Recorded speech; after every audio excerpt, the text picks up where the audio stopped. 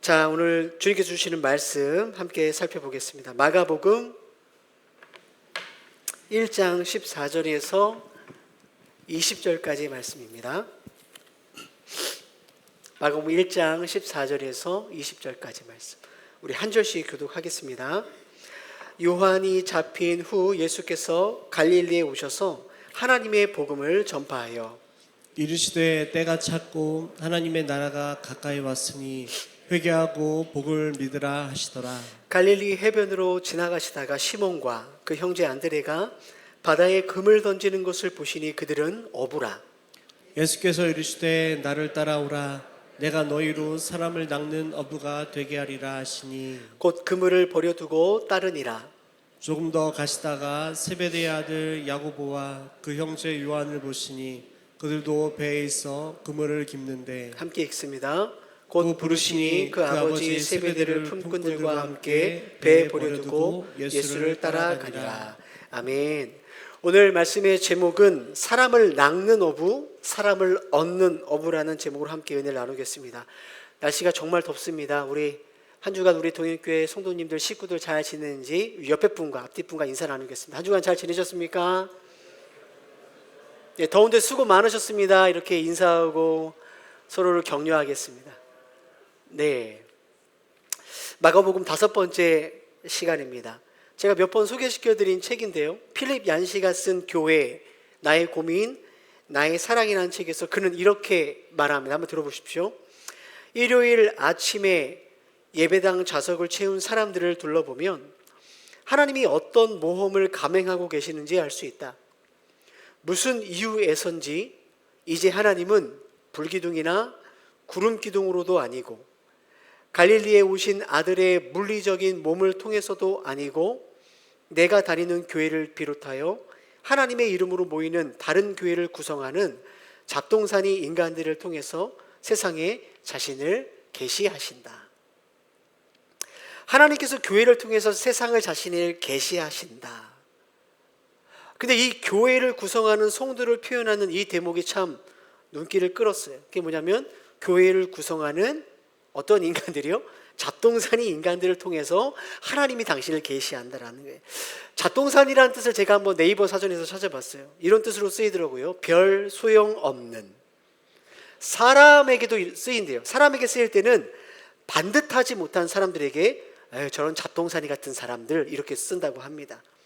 정리하면 필립 얀시는 하나님께서 세상에서 자신의 모습을 드러내실 때 별 소용없고 반듯하지 못한 성도들이 모인 교회를 통해서 그 일을 하신다라는 거예요.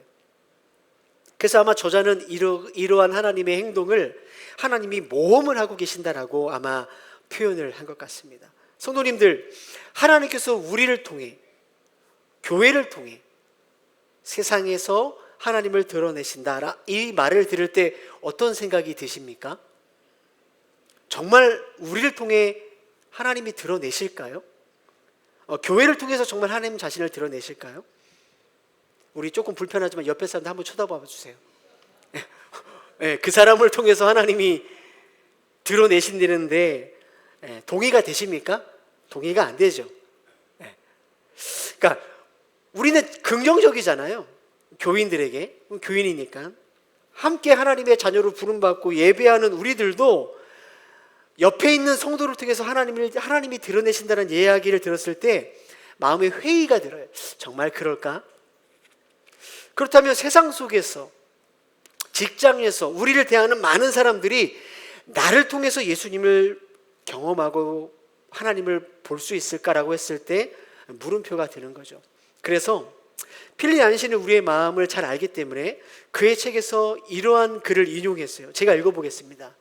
편지입니다. 빌, 이 큰 배는 낡아서 삐걱거리고 이리저리 흔들린다네.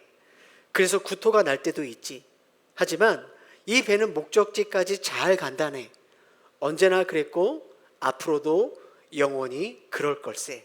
자네가 있던 없든 상관없이 말일세.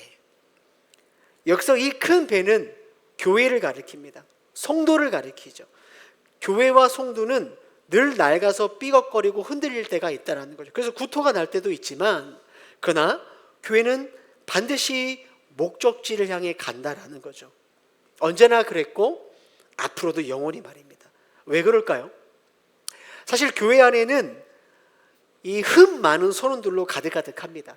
흠이 많아요. 필립 얀시의 표현대로 온갖 잡동사니 사람들로 넘쳐나는 게 교회입니다. 근데 여러분, 이 배가 목적지까지 잘 갈 수 있는 이유는 흠 많은 우리와 이 위험한 모험을 회피하지 않는 우리 하나님께서 여전히 이 배에 선장이 되시기 때문이에요. 그렇죠? 빌립보서 1장 6절에 그래서 사도 바울은 이렇게 이야기를 하죠. 너희 안에 착한 일을 시작하신 이가 그리스도 예수의 날까지 이루실 줄을 우리는 확신하노라. 착한 일을 우리 안에 시작하신 이도 예수님이시고 이 일을 마치시는 분도 예수님이시라는 거예요. 성도님들, 그래서 신앙생활이라는 게 뭐냐? 우리가 믿는 믿음이라는 게 뭐냐? 우리 안에 착한 일을 시작하는 우리의 실력을 믿는 게 아니라 우리 안에서 착한 일을 시작하시는 예수님의 그 실력을 믿는 것, 그것이 바로 믿음이고 예수님을 믿고 가는 것이 바로 신앙생활이라는 거예요. 사랑하는 성도님들, 한 주간 여러분의 삶은 어떠셨습니까? 상당히 삐걱거리고 또 구토가 날 만큼 혹시 휘청거리는 삶을 한 주간 사셨나요? 여러분의 삶의 배에는 여기저기 막 구멍이 나서 물이 질질 새 들어오지는 않으셨습니까? 그러나 여전히 교회라는 배에, 저와 성도님들의 배에 누가 선장되세요?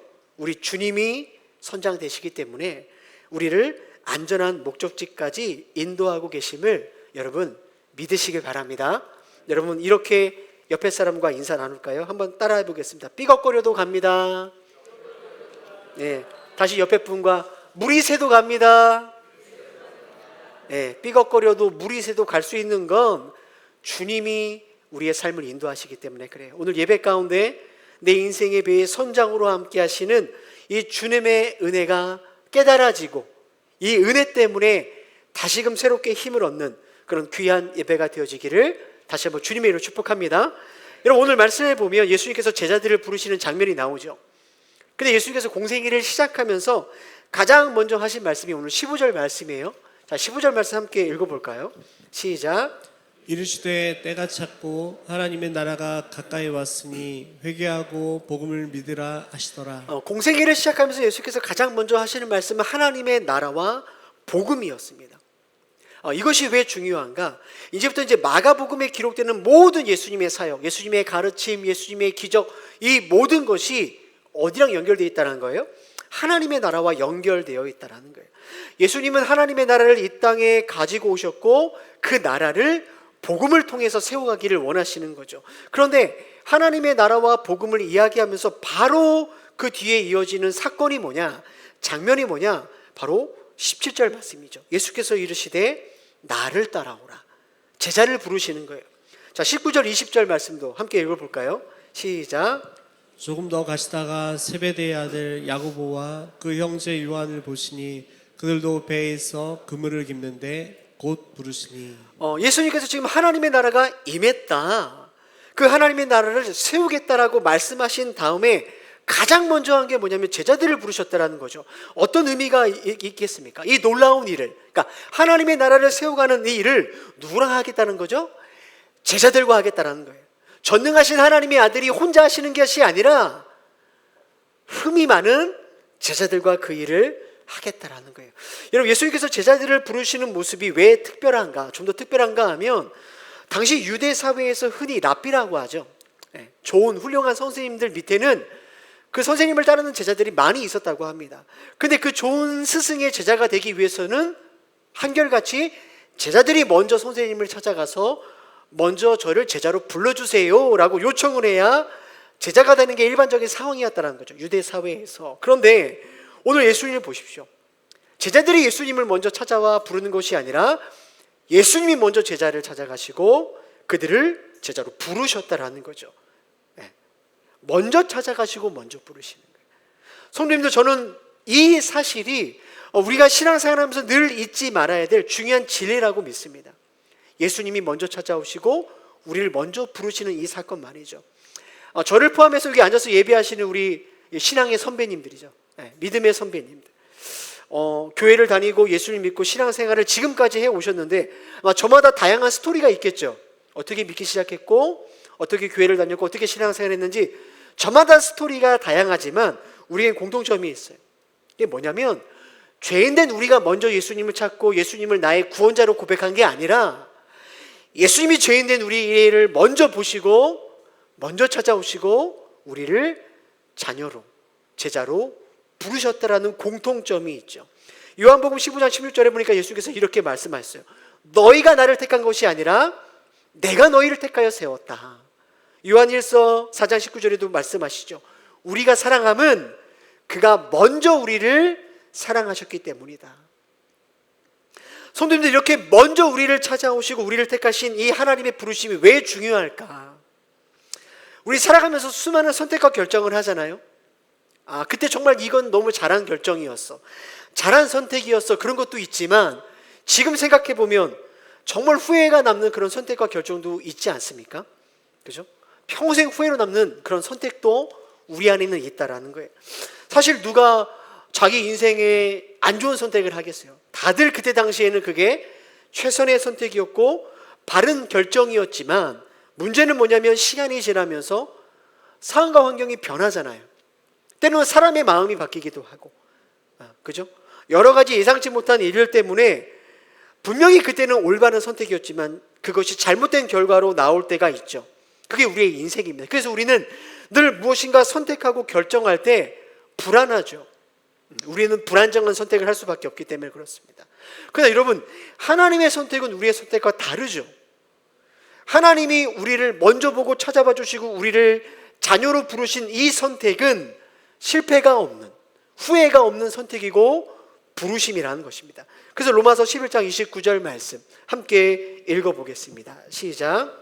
하나님의 은사와 부르심에는 후회하심이 없느니라. 이 후회하심이 없다라는 이 헬라어로 메타멜로마이라를 쓰는데 이거는 이런 뜻이에요. 취소나 변경이 불가능하다라는 거예요. 불가능한 거예요. 그러니까 하나님께서 우리를, 저와 성도님들을 자녀로 부르신 것은 취소가 될 수 없고 변경될 수 없어요. 취소가 되는 일이 없어요. 불가능한 일이라는 거죠. 하나님이 우리를 부르실 때, 야, 내가 너 참 괜찮을 줄 알고 구원했는데, 내 자녀 삼으면 그래도 잘 살 줄 알고 너를 불렀는데 알고 보니까 아니네, 사는 거 보니까 영광이네, 앞으로 나아질 기미가 보이지 않네, 취소, 다른 사람으로 변경, 이런 일이 일어날 수 없다. 이게 바로 하나님의 부르심에는 후회하심이 없다라는 그 말씀이에요. 성도님들, 한 주간의 여러분 삶을 한번 돌아보십시오. 늘 우리는 한 주간의 삶을 돌아보면 늘 실수하고 우리 연약함을 바라보지 않습니까? 늘 우리의 한계를 보죠. 그럴 때마다 우리는 참 우리 자신에게 부끄럽고 후회가 될 때가 있어요. 너무나 때로는 우리의 삶이 비참하게 느낄 때도 있죠. 필립 얀시의 말처럼 우리의 삶은 그렇게 늘 삐걱거리고 흔들리고 때로는 구토가 납니다. 내 인생의 배에 물이 막 여기저기 새는 거죠. 그러면 여러분, 우리 안에 어떠한 생각이 들까요? 불안합니다. 의심이 들죠. 내가 잘 가고 있나? 내 사는 걸 보니까 내가 구원받는 게 맞나? 내가 목적지로 갈 수 있는 것이 맞나? 이러한 의심이 들어요. 근데 이것들이 반복되면 나타나는 증상이 있습니다. 교회에서 멀어집니다. 말씀과 기도의 자리가 점점 불편해지기 시작하는 거예요. 그래서 오늘 이 말씀을 통해서 주님이 우리에게 무엇을 말씀해 주시는 걸까요? 우리 주님은, 야, 나는 너의 배가 흔들릴 줄 알고 탔다라는 거죠. 삐걱거리고 구토가 나고 물이 새는 배인 줄 알고도 내가 너희와 함께 했다, 내가 너를 불렀다, 자녀로 제자로 불렀다라고 우리에게 말씀해 주시는 것이죠. 나는 너의 넘어짐 때문에 나의 자녀로 부른 것을 취소하지 않는다. 야, 너의 무능력 때문에 너를 통해서 하나님의 나라를 세워가는 그 일을 나는 포기하지 않는다. 너의 불순종 때문에 널 부른 것을 후회하지 않는다라고 주님 우리에게 말씀해 주시는 거 아닙니까? 사랑하는 성도님들, 우리의 삶은 수시로 삐그덕거리고 물이 새고 흔들리지만 우리를 주님의 자녀로 불러주시고 교회로 불러주신 그 부르심은 저와 여러분을 완전한 목적지로 인도하는 능력 있는 부르신 것을 여러분 믿으시길 바랍니다. 우리의 신앙과 믿음이 우리가 먼저 선택해서 걸어서 들어선 신앙과 믿음이라면 여러분 우리는 벌써 뭐 세상 말로 꽝입니다. 꽝. 내가 선택해서 믿음의 길을 들어섰다면 우리는 꽝이에요. 나가리입니다. 나가리. 그러나 우리가 먼저가 아니라 하나님이 먼저 선택해서 불러주셨기 때문에 그 부르심은 후회 없는 부르심이라는 거예요. 그래서 주님은 지금도 저와 성도님들을 통해서 또 연약하지만 늘 이렇게 물이 새는 것 같은 우리 동행교회지만 이 교회를 통해서 이 땅에 하나님을 나타내 보이시고 그 하나님의 나라를 세워가는 일을 끝까지 해 나가시는 줄 믿습니다. 한번 따라해 볼까요? 하나님이 먼저 나를 부르셨기에 목적지까지 갈 수 있습니다. 한 번만 더요. 하나님이 먼저 나를 부르셨기에 넘어져도 일어날 수 있습니다. 여러분이 하나님의 후회 없는 이 완전한 부르심을 분명하게 붙드시는 우리 저와 성도님 되어지기를 주님의 이름으로 축복합니다. 자, 이렇게 예수님께서 먼저 우리를 찾아오시고 제자를 부르셨는데 예수님은 어떤 자리에서 우리를 제자로 부르셨는가, 그리고 제자로 부르신 우리를 어떤 자리로 보내시는가를 좀 살펴보겠습니다. 다시 한번 따라해 볼까요? 일상의 자리에서 제자로 부르시고 일상의 자리에서 제자로 살게 하십니다. 자, 오늘 그 말씀 16절 19절 말씀에 함께 읽어보겠습니다. 시작. 갈릴리 해변으로 지나가시다가 시몬과 그 형제 안드레가 바다에 금을 던지는 것을 보시니 그들은 어부라. 조금 더 가시다가 세베대의 아들 야고보와 그 형제 요한을 보시니 그들도 배에 있어 그물을 깁는데. 자, 예수께서 제자를 부르시는 장면인데 지금 시몬과 안드레는 그물을 던지고 있고 야고보 안드레는 그물을 깁고 있습니다. 어부이기 때문에 당연히 그런 거죠. 어부이기 때문에 그물을 던지고 어부이기 때문에 그물을 깁는 거죠. 바닷가는 그들의 일터입니다. 배는 그들이 일하는 곳이죠. 뭘 지금 성경이 우리에게 보여줍니까? 예수님께서 그들을 제자로 부르실 때 그들이 어디 있었어요? 일상에 있었어요. 일상. 그들의 일상 가운데 그냥 그들이 하는 일을 하고 있을 때 주님이 부르셨다라는 것입니다. 근데 여러분, 예수님께서만 제자를 그렇게 부른 게 아니에요. 구약 성경에 보니까 하나님께서 모세를 부르실 때도 모세도 마찬가지죠. 모세가 뭐 하고 있을 때 하나님 부르셨죠? 그의 일상에 양을 치고 있을 때 하나님은 모세를 부르시죠.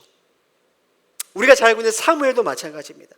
사무엘은 매일 성전에서 등불을 밝히는 그 일상의 자리에서 사무엘아 사무엘아 부르시는 하나님의 음성을 들어요.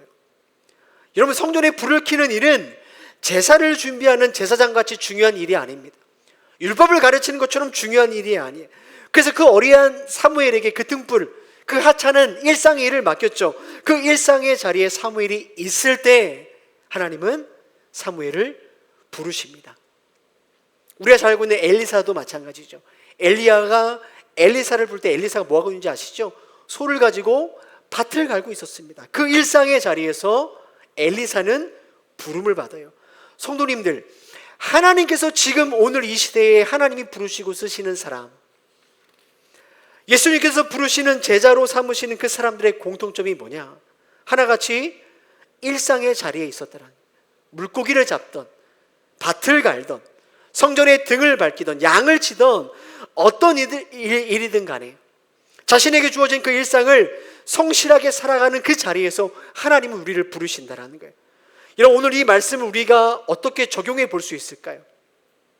주님께서 우리를 제자로 부르시고 또 제자로 살아가게 하시는 그 삶의 자리는요, 성도님들이 뭐 어떤 특별한 직업을 가지고 뭐 특별한 상황에서 특별한 일하는 그러한 제자의 삶이 아니라는 것입니다. 주님은 여러분의 그 일상의 자리에서 여러분을 부르시고 그 일상으로 돌려보내시죠. 그러니까 학생이면 공부하는 게 그 일상인 거죠. 직장인이라면 그 맡은 일을 하는 거죠. 가정주부라면 그 가정이 하나님이 부르시는 신의 산이 되는 거고, 주님이 제자를 부르시는 그 갈릴리 바닷가가 된다라는 거예요. 이런 마가복음 1장 16절에 보십시오. 금을 던지는 것을 보시니, 마가복음 1장 19절에도 보세요. 세베대 아들 야고보와 그 형제 요한을 보시니, 제자들에게 금을 던지는 일, 그 그물을 깁는 일, 그게 특별한 일일까요? 아니요. 그들에게 그게 특별한 일이 아닙니다. 너무나 평범한 일이죠. 아, 정말 하고 싶지 않다. 아, 오늘 정말 쉬고 싶다. 아프다고 할까? 급한 일이 생겼다고 할까? 아마 제자들도 매일 아침마다 그런 고민을 하지 않았을까요? 그죠? 그 무료하고 지긋지긋한 생선 냄새가 나는 그 자리에서 그들은 다시 그물을 던지고 다시 그물을 깁는 그 모습을 누가 보고 있는 거예요? 예수님이 보고 계셨다라는 거예요. 예수님이 그 평범한 일상을 지켜보고 계신 거죠. 그 비린내 나는 현장을 떠나지 않는 것을 주님이 보신 것처럼 오늘 성도님들이 일하는 그 일상의 자리, 땀 흘리고 애쓰고 그물 던지고 그 그물을 깁는 그 일을 누가 보신다는 겁니까? 주님이 보고 계신다라는 거예요. 주님이. 성도님들, 지금 여러분이 그물을 던지는 그 자리는 어디입니까? 여러분이 지금 비린내를 맡으며 그물을 깁는 그 자리는 어디입니까? 성도님들이 어떠한 직책으로 얼만큼의 보수를 받고 어떤 환경에서 일을 하더라도 주님은 성도님들의 그 일상을 보시고 그곳에서 성실하게 살아가는 성도님들을 제자로 부르신다라는 거예요. 여러분, 그 반복되는 일상이 무료함을 줄 때도 있죠. 그죠? 그 여러분의 일상이 너무 힘들고 지칠 때가 있을 겁니다. 마치 비린내가 진동하는 것처럼 함께 일하는 사람들 때문에 그 사람들이 풍기는 욕심의 냄새, 거짓말하는 냄새, 이기적인 냄새가 아마 진동하는 곳일 수도 있을 겁니다. 그러나 나 이거 지겹다, 못해 먹겠다, 그 그물을 내던지지 않고 다시 그 일상의 바다에 나가 여러분 그물을 던지는 여러분들, 찢어진 그물을 다시 부여잡는 여러분의 삶 속에 누가 함께 가시는 거예요? 주님이 함께 하시고 그곳에서 하나님의 나라를 여러분을 통해서 세워 가신다라는 거예요.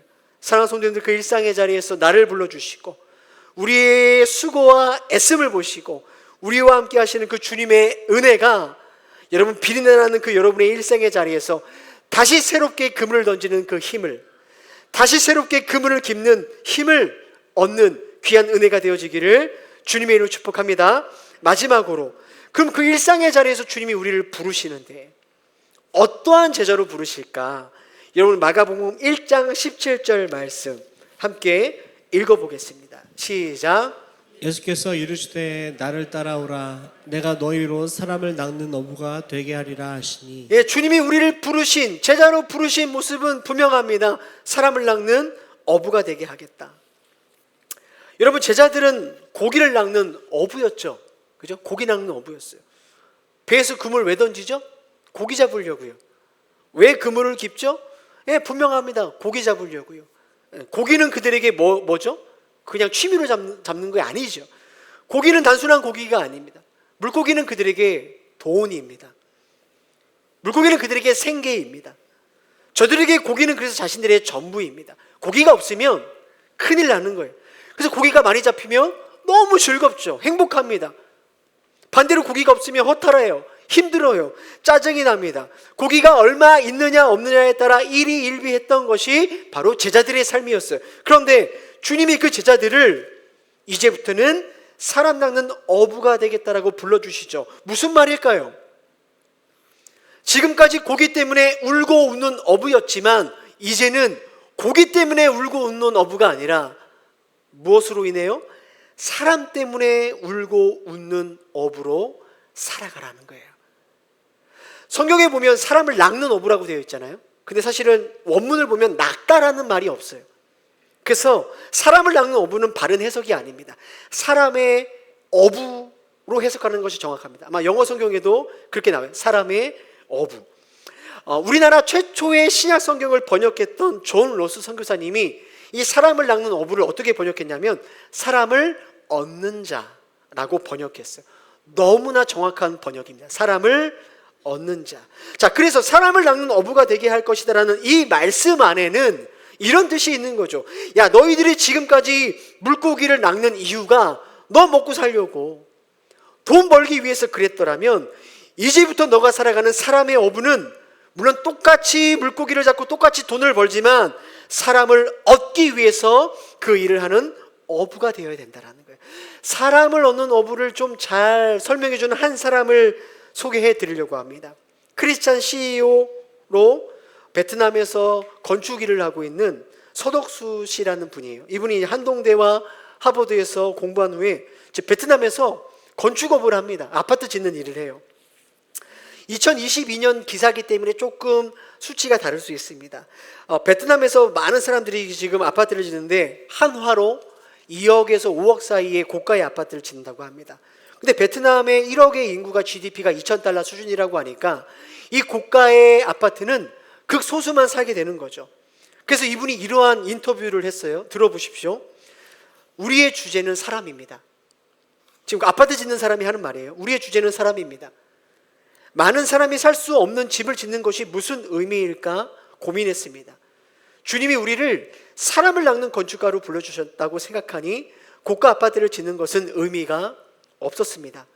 그래서 최대한 단가를 낮춰서 서민들이 살 수 있도록 지었습니다. 덕분에 많은 사람들이 우리가 지은 아파트에서 행복하게 살고 있습니다.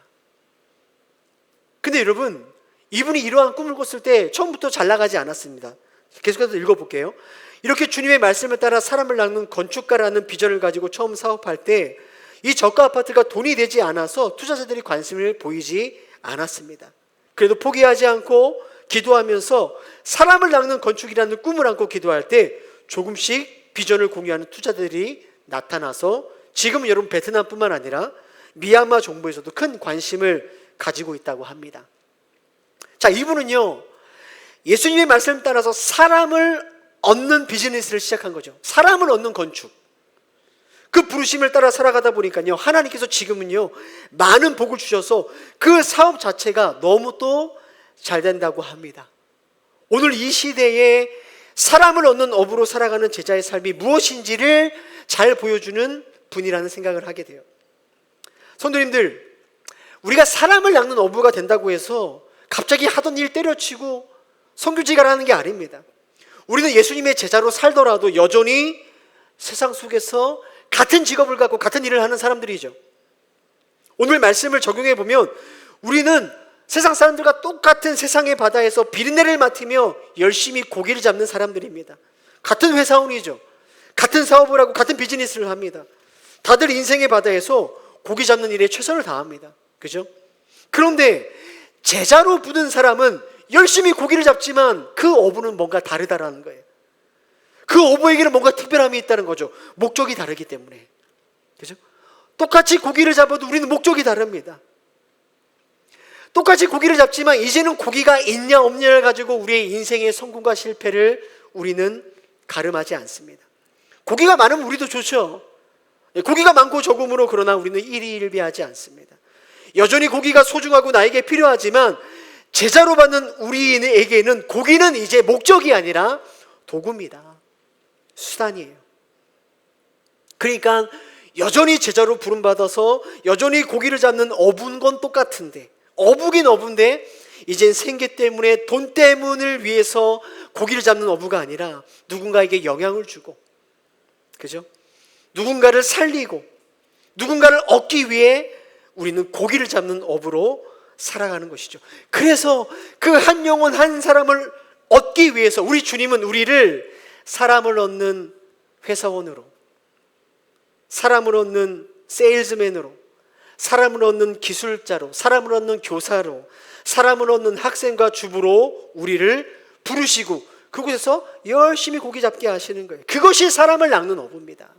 사람을 얻는 어부인 것이죠. 사랑하는 성도님들, 앞서 말씀드렸지만 여러분, 우리가 인생 살아갈 때 물고기 반드시 필요합니다. 돈이 필요하죠. 그러나 이제 제자로 부름받은 우리들은 물고기로 인해 우는 인생을 좀 넘어서, 생계라는 차원을 좀 넘어서 사람을 얻는, 영혼을 얻는, 내가 하나님의 나라를 이 땅 가운데 세워가는 제자로 부름받았다는 것을 여러분 반드시 기억하셔야 됩니다.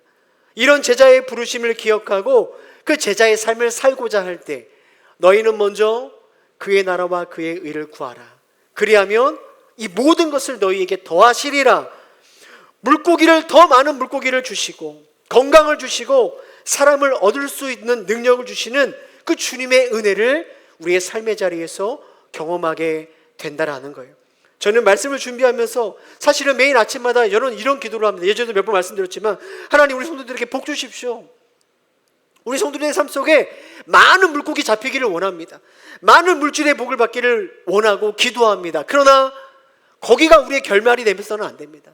더 나아가 그것을 가지고 그 도구를 통해서 하나님이 얻고자 하는 그 영혼을 섬기고 부르고 살리는 일에 쓰임받는, 그렇게 사람을 얻는 어부가 우리 동행교회 안에 많이 넘쳐나기를 간절히 소망합니다. 마지막으로, 여러분, 예수께서 제자를 부르실 때 그들이 어떻게 행동하는가 한번 보십시오. 18절에 보세요. 곧 그물을 버려두고 예수님을 따르죠. 곧 그물을 버렸습니다. 20절 보세요. 곧 부르시니 아버지 세베대를 품꾼들과 함께 버리고 예수를 따라가니. 주저하지 않고 예수님을 따라갑니다. 자신들의 소중한 것을 버려두고 예수님의 제자로 쫓아가죠. 즉각적인 순종과 모든 것을 버려두고 따라가는 이 헌신, 정말 칭찬할 만한 순종이죠. 우리 그렇게 할 수 있을까요? 못해요. 우리는 못합니다. 너무나 놀랍고 대단한 헌신과 믿음의 모습이에요.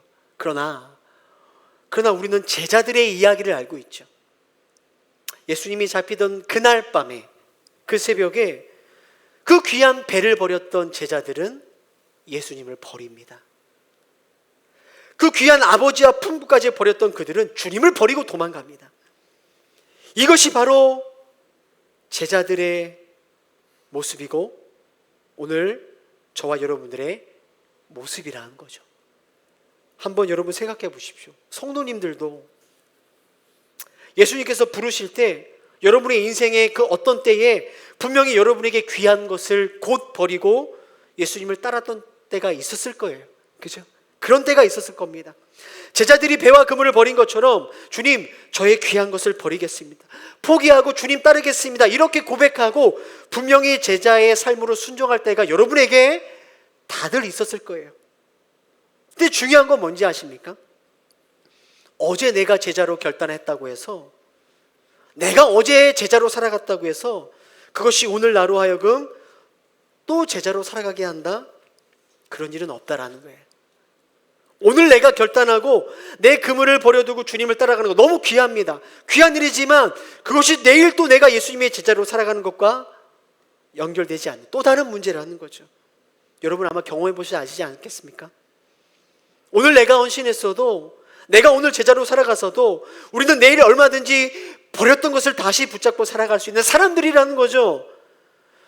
예, 분명히 내가 주님을 위해 살겠다고 사람을 낚는 어부가 되겠다고 했을지라도 어느 순간 또 물고기가 내 삶의 전부가 되어버리는 우리 자신을 발견하게 됩니다. 그죠? 분명히 우리에게 신앙이 있었어요. 믿음이 있었어요. 포기하고 버린 것이 있었어요. 그런데 어느 순간에는 그 물고기 때문에 내 그물과 내 배를 놓치지 않기 위해서 우리는 제자들처럼 예수님을 버리고 떠나갈 때가 있다라는 거예요. 우리가 그런 사람들입니다. 우리가 다 그렇게 약합니다. 우리가 다 그렇게 가볍습니다. 그래서 여러분, 제자는요, 우리의 결단과 애씀으로 되는 게 아닙니다. 오늘 17절 말씀 보세요. 예수님께서 이렇게 말씀하시죠.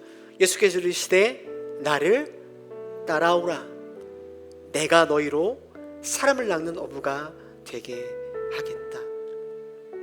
제자는 우리가 만드는 게 아닙니다. 사람이 사람을 제자로 만드는 게 아니에요. 주님이 만드시는 거죠. 그렇죠? 우리 모두는 이미 제자로 부름받았고 제자로 살았습니다. 그러나 또 오늘 제자로 살고 있지 못하죠. 무슨 말일까요? 우리는 계속해서 제자가 되어가는 과정 가운데 있다는 거예요. 그래서 여러분, 우리는 딱 한 가지만 하면 돼요. 나를 따라오라. 제자로 살고 있지 못하는 우리를 향해서 나를 따라오라 포기하지 않고 말씀하시는 주님을 따라갈 때, 어제는 내가 제자로 살지 못했지만 오늘은 다시 제자로 살아갈 수 있는 거죠. 내가 오늘 제자로 살아갔다면 주님이 나를 따라오라 말씀하시는 음성을 듣고 따라갈 때 내일 또 제자로 살아갈 수 있는 소망을 우리는 발견할 수 있는 거예요. 주님을 따라가는 것이 제자된 삶을 결정하는 것입니다. 여러분, 주님을 따라갈 때 자꾸 뭘 버리는 것 같아서, 뭘 자꾸 버려야 될 것 같아서 두려울 때가 있죠. 손해보는 것 같아서 두려울 때가 있죠. 우리에게 배와 그물과 아버지를 버려가는 것이 좀 두려울 때가 있습니다. 그러나 여러분, 주님께서 먼저 아버지로부터 버려주셨다는 사실을 기억하셔야 됩니다. 하나님은 예수님을 버리셨죠. 예수님은 십자가에서 우리가 버린 것과 그물과 배와 비교할 수 없을 만큼 너무나 존귀한 그분의 영광을 버리셨고 아름다움을 버리셨고 존귀함을 다 버리셨습니다. 왜요? 오늘 저와 여러분에게 진정한 아버지이신 하나님을 얻게 하기 위해서입니다. 배와 그물과 비교할 수 없는 영광과 복을 우리에게 얻게 하시기 위해서 주님은 모든 것을 다 버리셨죠. 그 주님을 바라볼 때 우리는 오늘 기꺼이 버릴 수 있고 기꺼이 제자의 삶을 다시 한번 걸어갈 수 있게 되는 거예요. 여러분, 예수 그리스도께 나오십시오. 그분이 오늘 우리를 제자로 삼아주시고 제자로 살아갈 수 있도록 우리를 인도해 주실 것입니다. 우리 함께 찬양하고 기도하겠습니다.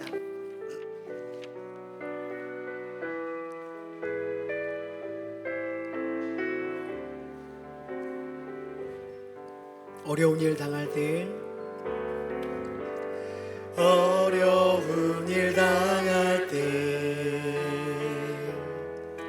나의 믿음 적으나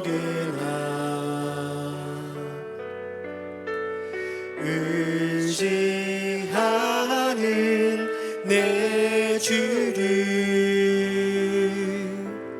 더욱 의지합니다. 성령께서 내 마음 밝게 비춰주시니 인도하심 따라서 인도하심 따라서 주만 의지합니다. 세월이 지나갈수록 의지할 것은 예수뿐일세. 무슨 일을 만나도 예수 의지함이 세월이 지나갈수록 세월이 지나갈수록 의지할 것은 예수뿐일세. 무슨 일을 만나도 무슨 일을 만나도 예수 의지합니다. 이 시간 함께 기도하겠습니다.